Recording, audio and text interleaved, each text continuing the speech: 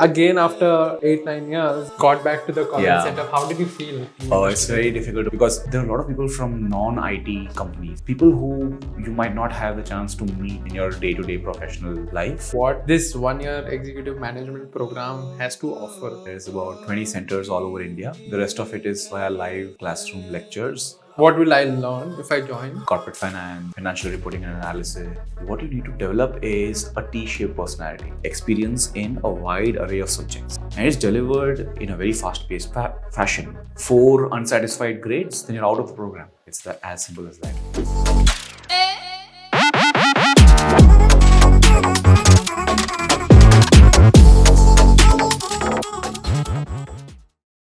Yeah. Hi, Kamal. What's up? Hey man, Kulesh. Long time, buddy. Long time, long time. Yeah. So, my idea with this episode Yeah. is, whoever is doing engineering, how they can step up their career and what are the things they can learn from 1 year executive management program. It entails around that. But before we get into that, can you introduce yourself Sure. about your journey or how did you get started? Sure. Thanks, buddy. So I'm a senior engineering manager at Squat Stack, and I've been here about 1.5 years. And before this, I was in Poshmark as an engineering manager, and I was in Poshmark for about 7 years before I quit. It's been, so professionally speaking, it's been a long ride in the sense. I started off my career in civil engineering, actually. I would like to ask you a question where what point in time or what made you think ki now I have done engineering, I can, manage my coding skills, I can manage my interviewing or people skills. What made you, sign up for 1 year executive management program at IIM Ahmedabad? Yeah, that's a good question. See, so I'll tell you. So I did this accelerated general management program from IIM Ahmedabad. It was a campus and virtual program. So we did have 25% of the program on campus in IIM Ahmedabad, and the rest of it was via live lectures, case-based lectures, case studies-based problems, right? And I felt at that point, when I reflected on that conversation, I felt that I was missing a part of it, right? And I really had to do it. I thought about this for a while, and I came to the realization that I need to do this while I'm doing my work, and I wanted to get into a management course to basically develop that part of myself. And that's when, and then also what happened was, as I was talking about this, I was also talking about it with my HR as well, that I'm feeling that I need to double down on my management skills. I need to learn business side of things because I feel I'm doing it really well. I have people management, I'm doing software engineering, and then I'm also, I traveled to States about 6-7 times, and I developed a lot of good relationship with my peers there. And I came across as a person who was very, jovial and also down to earth. And then the idea was that I had everything else, I figured, but not the business side of things, which was very important. So when I was talking to my HR at that point, they also told me about this particular course. And it was all, it's IIM Ahmedabad, so it has they have their bars, right? So you had to have 5 years plus experience. You had to, clear it. You had to have interviews. So this was, for me, it was SOP based. So before you get into that, so my question to you is, what are the things which are required for a person or for an engineer to get into IIM Ahmedabad for this 1 year executive management program? Yeah. So you need to have 5 years of experience in any field. You need to have an SOP, where you have to talk about why you want to get into this program. And it's basically, if you're selected, you'll get an invite. If not, you'll have to try again next year. So what was your SOP to IIM Ahmedabad? Yeah, so my SOP to IIM Ahmedabad was this. I wanted to do something. I wanted to do a technology startup, And I felt that with my years of experience here, I've learned the technology side of things, and I've learned a little bit of people management, but I do not have, because even though I'm from my family business is, exports and real estate, but I don't personally have that experience, right? So I want to do this, and I wrote a little bit about my background, a little bit about these things, and I was fortunate enough to get in, and I got a call. So there's no test or something. There's this letter. Yes. And what else you said? They do look at your transcripts as well. What is transcripts? So basically your grades, your college degree, your grades in your college, and your thing. They also look at 10th and 12th mark sheets. I remember. Does that matter? I'm not sure. I think it does.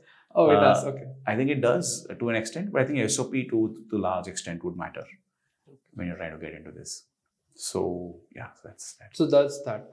So now that you have got into this, how is it expensive than normal MBA, or it's how is it? How is the cost to get into this program? Yes. So I think it was 6.5, and I did the AGMP 10, which was 20. Sorry, what is AGMP 10? Oh, so AGMP is Accelerated General Management Program, the batch 10. So it was the 10th batch that I was part of, and this is from 21 to 22. Sorry, it was 22 to 23. I think year doesn't matter, but yeah. Yeah. But yeah, it was like, I think 2 years back, I guess. Yeah. Yes, it was 22 to 23. Yeah, it was 22 to 23. And basically, I think 6.5 lakhs plus GST was what it was. Okay. So it comes to around 7.8. But then you might be, so since I know that you're from Chennai and you will be staying up in Chennai, then you might have to go up Ahmedabad, you might be traveling there. Was it like once a week or once a month? How would you do that? Yeah, so they had 3 immersion programs. There was the first campus immersion, then the start of the course. Then there was interim campus module, which is somewhere at the middle of the course. And there was the final campus module, which was the end of the course. So there were 3 immersions, and those were like 5-day, immersions. So 5-day on campus. On campus in IIM Ahmedabad. Yeah. And the rest of the course was on weekends, and that is how it became sort of work friendly. Okay. So your Saturdays and Sundays. So I had to sign off on 52 of my weekends. Okay. For this. So all that particular year, you worked on your weekends on the MBA training, and there were like 5 days in a quarter, I guess, in a quarter where you would be traveling to Ahmedabad and doing in-person training at this classroom. So classroom setup. It was a complete classroom program when we were there. Okay. And so total, how much would the cost come around? Like around 10 lakhs in a year? Yeah. So definitely your travel you'll have to manage, but the accommodation they would provide. Accommodation they would provide, which is inclusive in this. Which is inclusive of amazing, right? Yeah, it is.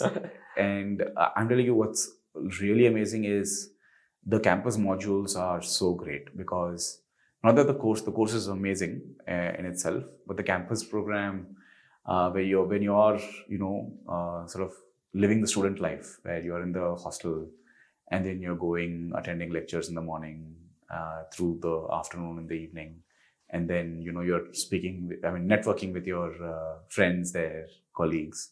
So that is, I think, and then you're networking with your professors as well. So that is an experience of a lifetime. Yeah. So I was actually off late thinking you were in college setup, you were in school, you were in college, you would have your friends. But then again, after 9 years or 8-9 years, again, when you got back to the college setup, how did you feel? I felt it had like the same effect. It was like a proper college, right? And everyone, even though people were, a lot of people who were very older to me, like people with 10 years of experience as well were there. But I was just around 5 years of experience at that point, 5 years of experience at that point. So, dealing with a lot of people who are coming from different walks of life, different backgrounds, A lot of people from IT as well, but not a lot of people from product. There was, I think, one person from Adobe who I interacted with. There were a couple other people, one from InfoEdge, which is Naukri, and a lot of people from IT, like services companies. But then there are a lot of people from non-IT companies. There were people from marketing, there are people from construction, there were people from finance, there were people from startups as such, technology startups, fintech startups. So a wide array of people. There were people from manufacturing. So people who you might not have the chance to meet as such in your day-to-day professional life are the people in this batch. I think that's great. Like this course gives a good umbrella of people whom you can connect and eventually help you down in whatever path you choose. Yeah. I think it's a good umbrella of people you get to connect, and at least I feel for me getting back the college vibe itself is good enough. Yeah, I think that's great. So now I want to know, and I'm very curious to know what this 1 year executive management program has to offer. What are the details of the course? Sure. So 25% of the course, like I said, is on campus, and the rest of it is via live classroom lectures, but they're delivered digitally.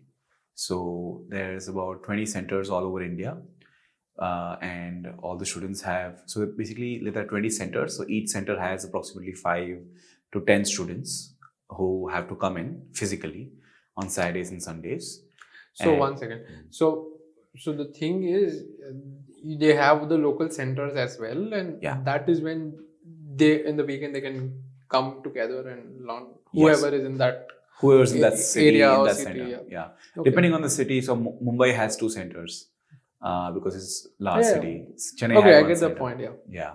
And then you have like a 3-hour classroom lecture where they discuss the case, and 1.5 hour for the first session. Then there's a 20-minute break, and then there's another 1.5 hours. So cumulatively 3 hours on Saturday and 3 hours on Sunday. But what I wanted to know was like, what are the details or what is the syllabus they What are are the teaching, syllabus? teaching in this program? Yeah. What will I learn if I join? What will I learn from this executive management program? Right. So this is a general management program. Which you did, or there is separate which thing for I that? did, Okay. the accelerated general management program. So general management has a lot of finance subjects like corporate finance, financial reporting and analysis. Then there's managing cost and control. Then there's operations as a subject as well. Then you have organizational behavior, organizational dynamics. You have marketing management course, digital marketing. Then you have entrepreneurial courses, like you have leadership, vision, strategy. Then there are strategic courses like competitive strategies for growth, corporate strategy. There's legal reporting and so if you log on to IIM Ahmedabad's website, you'll find Yeah. a list of 28 courses. But my main point is then, okay, now I know like these are the topics where they deal with. Yeah. What was your favorite subject, or what were you Oh, it's interested in? very difficult to pick a favorite, right, Kamlesh? Because so from my experience, right? So coming back to the experience of a software engineer coming into this, one of our design thinking and innovation professors, Professor Mukesh Sood, put it really well, which is, while you're here, right, what you need to develop is a T-shaped personality. You all have. So he was addressing the entire. So can you break down what is T-shaped personality? Yes. So he was addressing the entire classroom, and Okay. every person came from a very different background. So, like I said, my cohort had marketing professionals. My cohort had manufacturing, IT, finance. So they all had, and I think of it this way, right? So your I-shaped personality is what they were all coming in with, which is they have deep expertise in one particular subject. So let's say I'm from IT, then I have a really good deep expertise in technology, right? So that's your I part of it. when you're coming in. What he encouraged us to develop is a T-shaped personality, which is to say, you're deep in one, but then at least get a horizontal layer of experience in a wide array of subjects, which is what brings us to all these different courses, all these different topics in the entire 1 year course. And it's delivered in a very fast-paced fashion, and that is the reason why it's called accelerated, because it's an actual general management course, just compressed to fit the schedules and the format of a year of study. Which then also means that you spend your time on Saturdays and Sundays, but you at least have a week worth of study that needs to be done so that you can come prepared on Saturday and Sunday for the next. And as all classroom programs or as all programs in general, is not just, or management programs in general, is not just the topics and the lectures, but then also the preparation, the deep preparatory work that you do before the lecture. Like, for example, reading the case study is like brass tacks, right? That is like, you have to do it.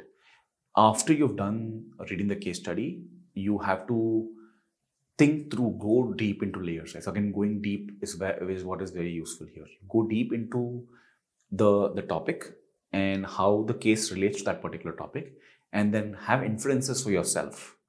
There are some things which are done in a group. There are some things which you have to do individually. And all of these courses have evaluation. So, and they have grades. So if you, let's say, have 4 unsatisfied grades, then you're out of the program. It's as simple as that.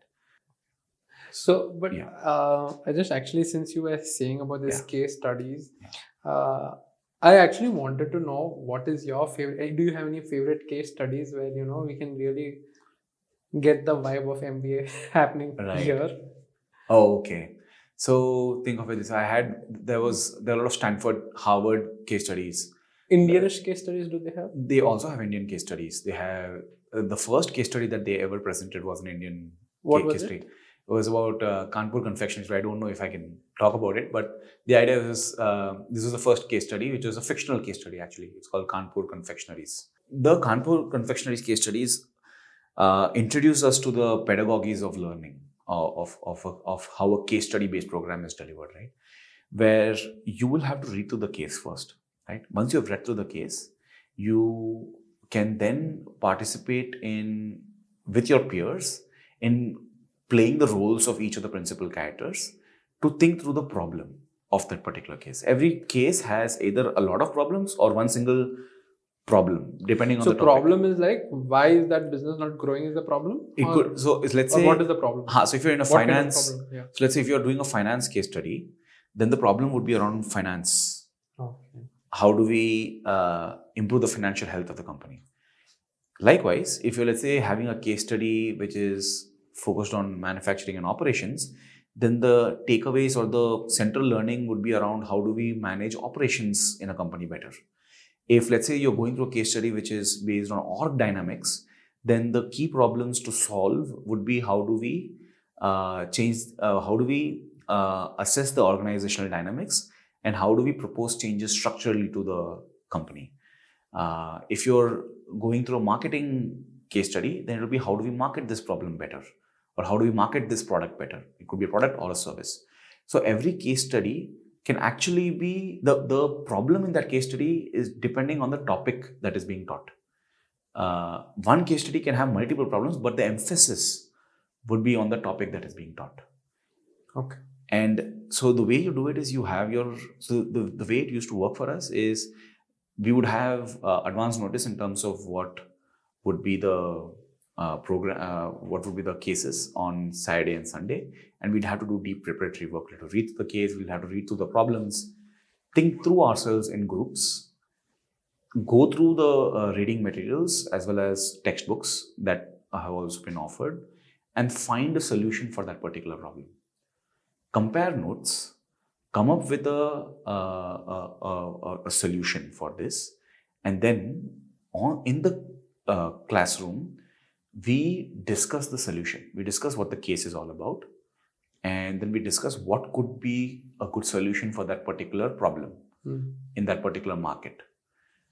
And basis that the entire classroom lecture, basis that the entire case is then. So do you feel comfortable sharing any good solution which you came up with, or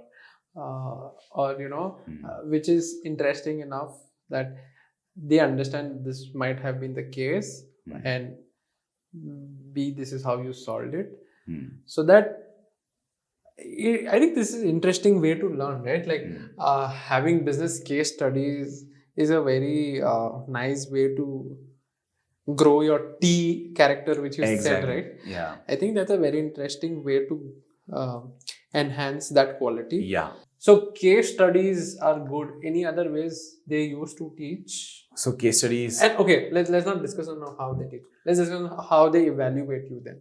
Yes. So some of the courses had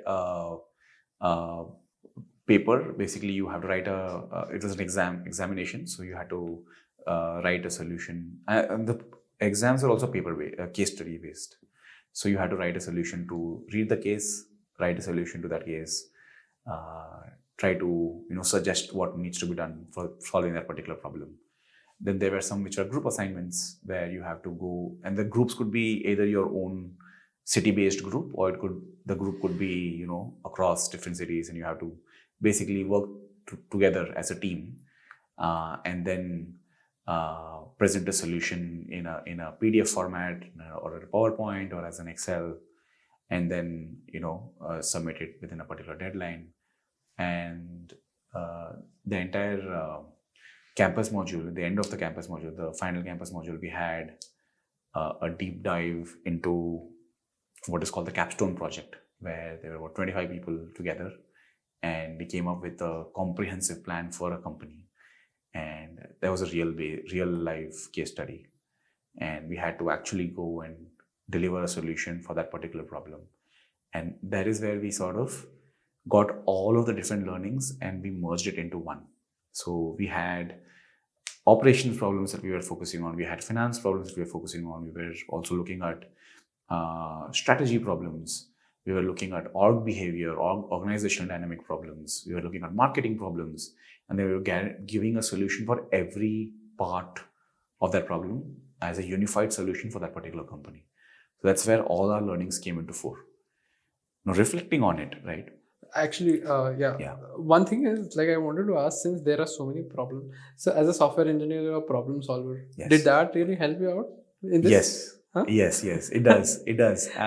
You bring in that mindset again here, right? Where you look at open-ended problems, where you're looking at ambiguity, and you're looking at things that you've not experienced before, right?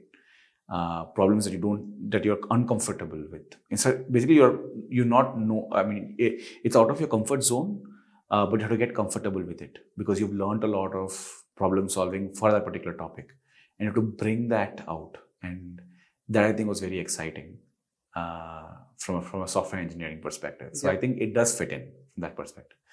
So that was a very good thing that happened as part of the program. Just to reflect on it, right? So there was, I think, a lot of these courses, a lot of these cases, what they are really doing is they're making you think situationally. It is not theoretical. Because when you are in a problem, when you are in, let's say, a company, and the company is facing a lot of problems could be people challenges, the problems could be your marketing challenges, the problems could be you're not able to price your product or service accordingly, there are competitive forces that are coming in. How do you stay calm in all of this?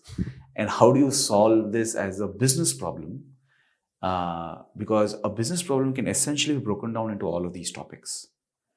Then you can figure out a problem and figure out a solution to a problem cohesively, which stitches across these different topics.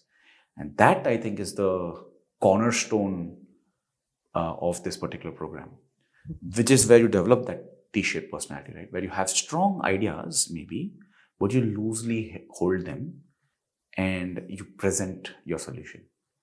That's spot on, I guess, on what the course is all about. Yeah. That you don't hold on to things, yes. You take it as their individual problems Yes. and see it in that lens on how to solve it, Yes. rather than holding on and cribbing. Correct. I think that happens. At least it used to happen, but now this I have learned, or maybe after experience, you get through this. I think that's great. So we spoke about the course. We spoke about how much is it going to cost. We spoke about what is there in the course. I actually wanted to get into a place where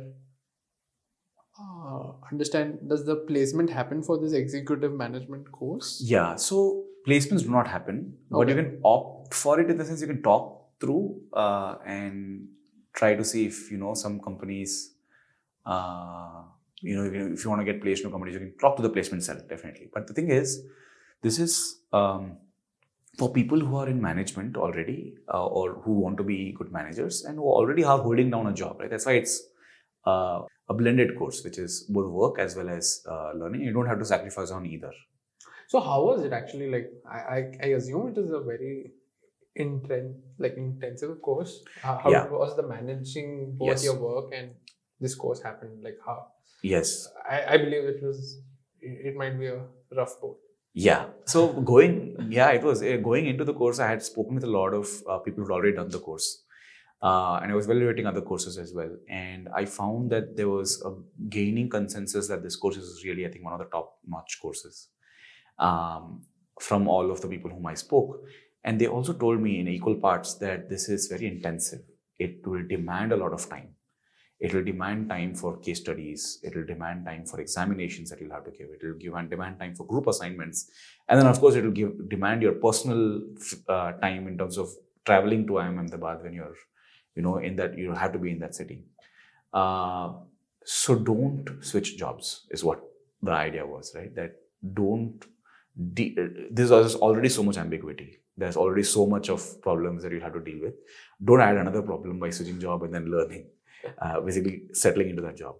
And I exactly followed the opposite of it, which is mid-course, I actually switched companies. That's where I had called it quits with Poshmark, and I had switched to another company called Stack.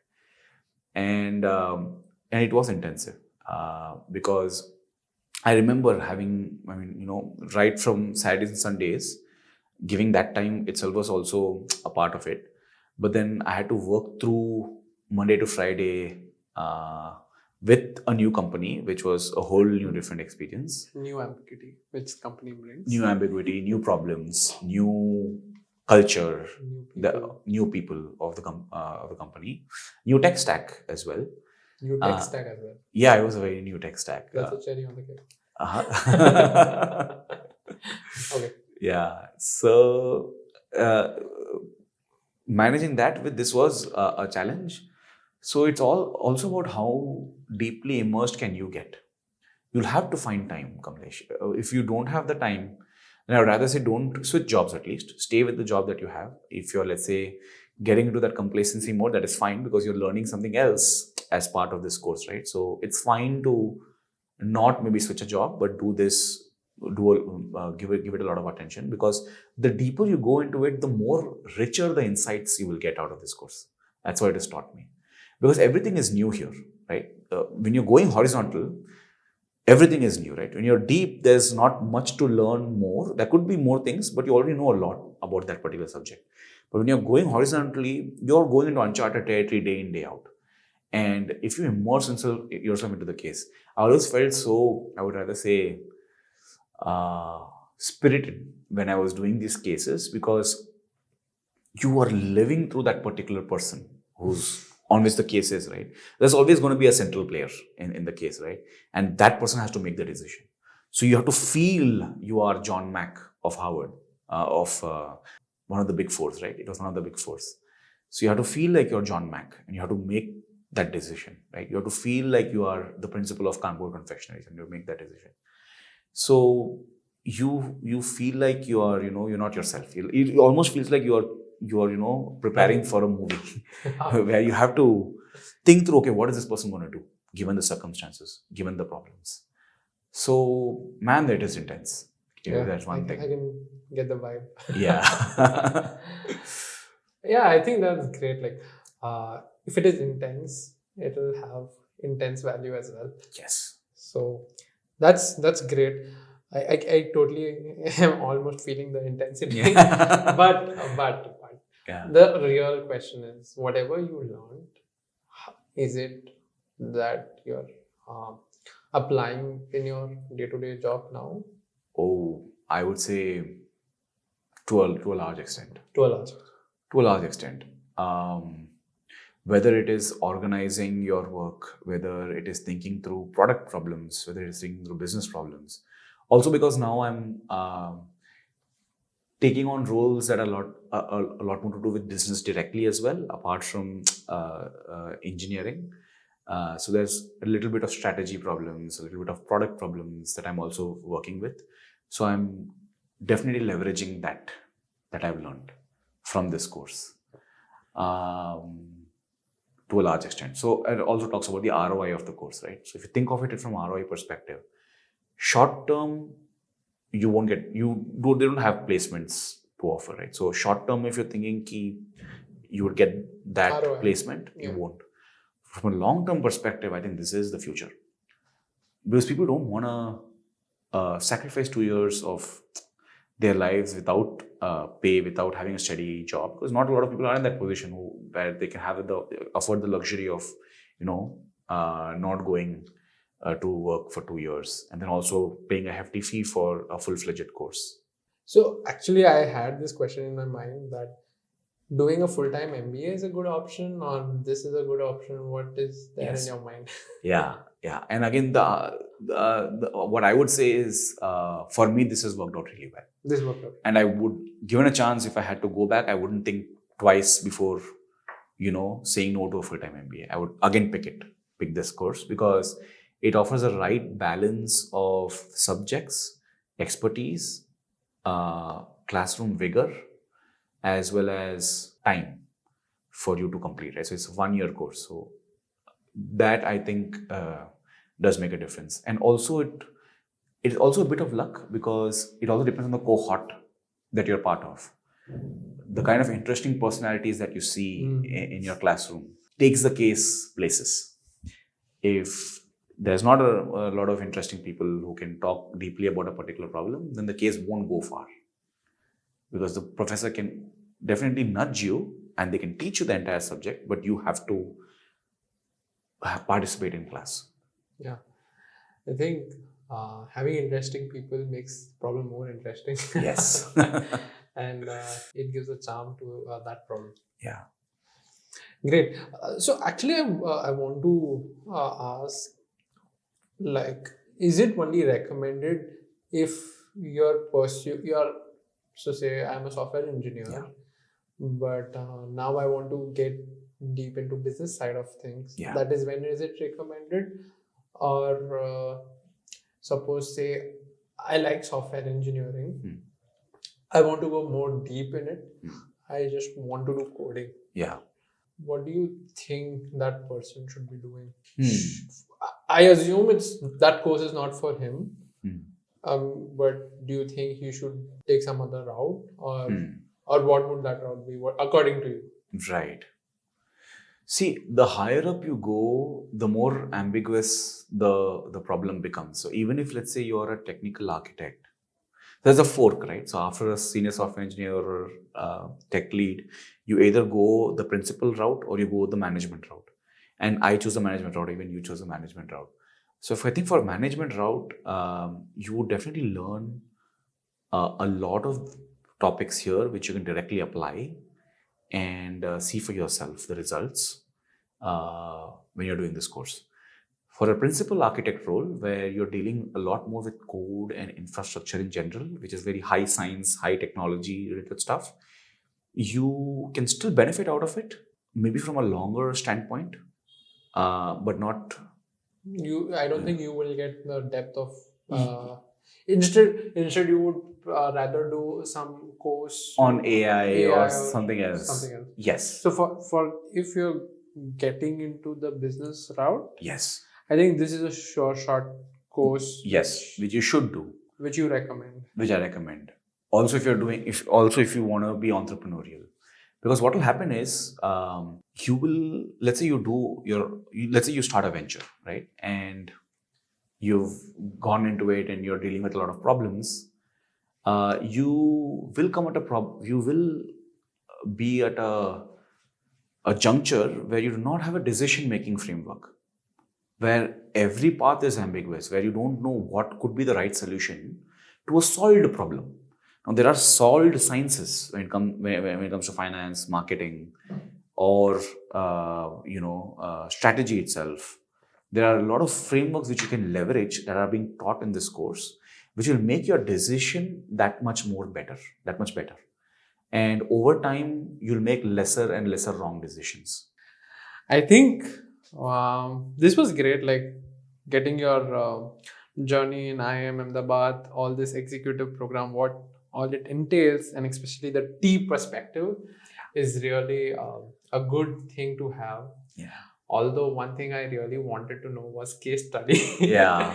But I feel it's really nice to know if any case study you still want to discuss. Oh, yeah. So data case-based learning is so experiential in itself. And I think it's one of the best ways of teaching someone non-theoretical, very practically, right? I think one of the case studies that really comes to my mind, if I have to jog my memory, because it's very hard to pick one, so I'll just pick one of the ones. Was this HR subject around Morgan Stanley and the problem that they were facing in the org at the time and how they came out of it, right? John Mack, who's the principal here in the case revolves around him, where he has to change the behavior, change the culture of the organization. And believe me, like Morgan Stanley is a very old organization, right? It's been the way it has been for a long time. And the references are to sharks, right? So all of the people who are from who are in the company are big time sort of Harvard grads, Stanford grads, who are the best of the best, creme de la creme, who actually end up getting into one of these companies like Morgan Stanley, right? One of the investment banks. And the idea is, how do you, and there was no system of appraisal. There was no system of, working collaboratively with each other, right? It was all very, so you know how investment banks would work, right? So there's very competitive space. You're competing with others in the same company as well. And there's no feedback or the 360-degree feedback system or any of that, right? So it's essentially you are recruiting the sharks. So let's say you are at the higher end of the organization ladder. You want to recruit sharks who can convert better, who are sharp, and who can get more business for the firm. And because of the nature of it, all these people who are recruited have that shark mindset, and they're recruited by their managers. So basically, the managers sort of own them, right? Because they don't work. So if you think about it, right, you don't work for the company, you work for your manager, if you think about it. Yeah. So how does that change happen from working for the manager to working for the company? How does the culture change for collaboration to address the globalization in the world, where you have to be able to cross-sell, upsell, which means collaboratively thinking through a client's use case and not just getting the client for themselves. So that was one of the case studies that really, hit a chord in terms of how do you navigate organizational problems and challenges. Also, these are the biggest problems, right? These are the difficult problems to solve. You can get your marketing, you can do trial and error, you can get your finance fine, or maybe you can even get your technology right. But let's say you've hired a bunch of people and you have to mold them into a different person than they were, than what the organization always had them like, right? How do you do that? Exactly. That is the case, and I think that was a really good case study. And the solution was amazing. And I'm so interested to know. Yeah. Okay, but let's not discuss that, because then the solution is out. whoever is doing this course might just Might not have an ROI on that particular case, but it's a very good, amazing case. Yeah, I think it's a very tough, amazing, and challenging case to solve because it's a big problem to solve first. Yeah. And moreover, when you recruit a shark, you have to know how to mold things. Or I don't know what the solution, but it takes a Yeah. I Like think- for example, they didn't have a 360-degree feedback or appraisal that way, right? They basically had a bunch of managers coming into a room and discussing that person openly about the performance of that person very openly, right? And the loudest shark would win, right? Okay. So it wasn't very methodical. It wasn't very logical. It wasn't very thought through. It was, and the company managed it that way for a long time because that was what worked for the company, right? If you are a shark and if you're ruthless, then you actually are better for the company. You get more business into the company. But with the globalized world, when things changed, John Mack himself knew that things need to change. People need to work together. Company has to recruit them, not the man. The boss is not the only person that this person has to report to, right? They're being recruited by the company. So a lot of HR principles is what was got in place. Got in place here. Makes sense. Yeah. Obviously, that might trickle in the solution details, but it was like 2% of what it actually ended up happening. Right? Yeah, no, I'm not talking, but but I feel that HR rules and yes, and how this reporting should happen, it's going in the direction of solution. Right? Yeah. So yeah, I think this is a very interesting way to learn these things, and as a problem solver, at least as a programmer, you're a problem solver, and looking at this problem, it gives you that mindset where okay, this is a challenging problem. There's a lot of ambiguity, there's a lot of haywire here and there, and usually again, you're not dealing with machines, you're dealing with humans. Yeah, correct. So again, as a software engineer, you'll be reluctant to solve Correct. because it takes a while to get comfortable with other people. Yeah. To get in line with what you want or how to drive things. Yes. Yeah, great. I think this was a great case study. I hope solution is even better. Yeah. And if you guys are interested, we'll actually have a Google form at the end of the video. If anybody is interested, to have more questions around this topic, where what is the executive management program has to offer. What we'll do is we'll have a Google form. And they can fill in their details, and we can try to get connected with them. Oh, definitely. Does that work for you? Yeah, I was paying it forward because I spoke to a lot of people before coming into this course. And I'm just paying it forward. Yeah, I thought that will be a great option because if it helps out people to get clarity, that's great. At least that's great for us. Okay, cool. So as you finish this course, in mid of this course itself, you changed your company. So what kind of rise did you see in your package, or what monetary benefits you got, after this course? Right. See, of course, the course is an attributing factor. Then also the market has moved since what it was, right? So market became really hot in 2022. So, I mean, things like 30%, 40%, 50% went unheard of. So those are the kind of hikes that people were anyways getting, and managers more so were also getting the similar level of hikes, right? So that was what it was. And that's... so what, 30-40% was a hike? You can expect, but it also depends on what field you are in. So software engineering by itself was very hot at that point. And in 2022, it was very hot. 22, it was very hot. After COVID, like hiring actually it grew up. Now there's slowdown. Now there's a slowdown. But then always, you know this, right? Layoffs are followed by intense hires. A lot of mass recruiting would happen. So that's what it was in terms of software engineering in general, but can't say the same for all different kind of folks.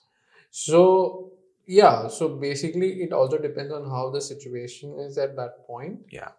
But if situations are great, 40-50% is a good Yes, it good is. number, minimum number to hit. Yes, easy. And if say situations like now, like Yeah. they're not great Yeah. in terms of job.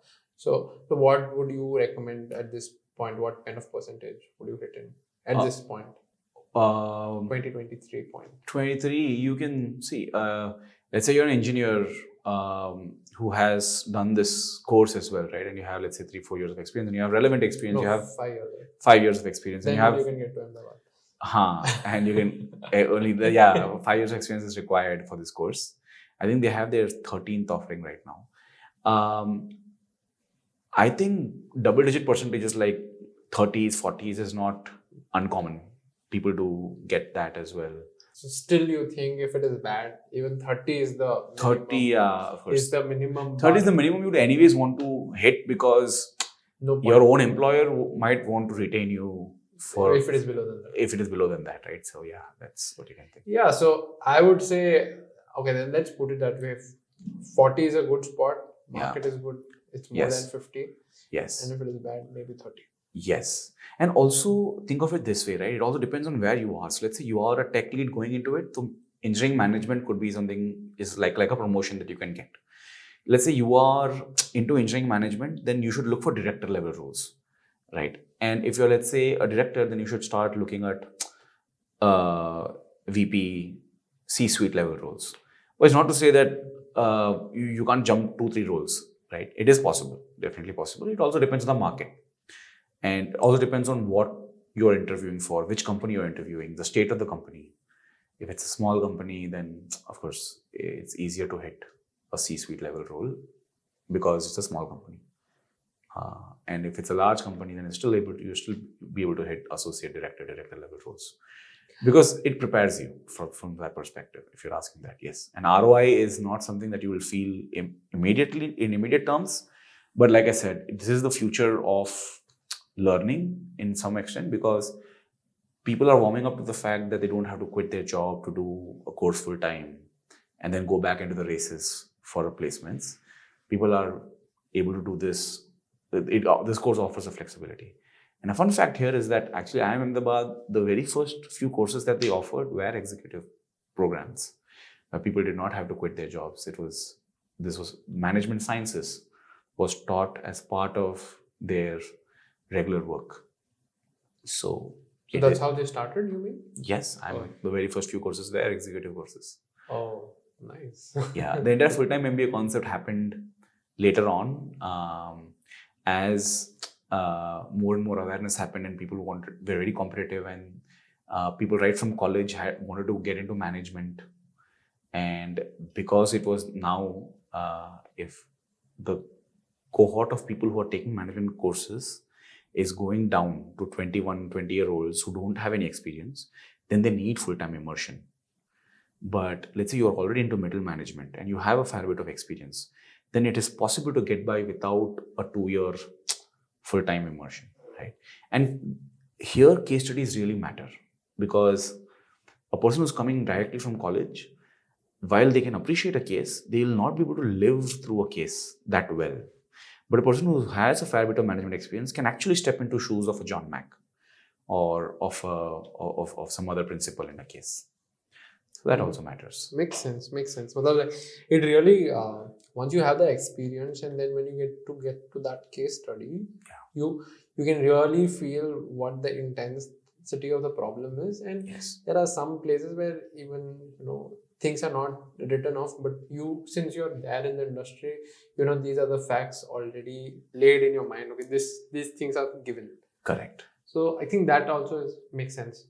Okay, cool. I think this whole executive program course which we discussed was really great, and I think it would help whoever is looking forward, to grow their business or to grow their management level, attitude or attributes. It would really at least good start for them to look at this episode at least. Yeah. I think that's great. Yeah. But let's take a step further.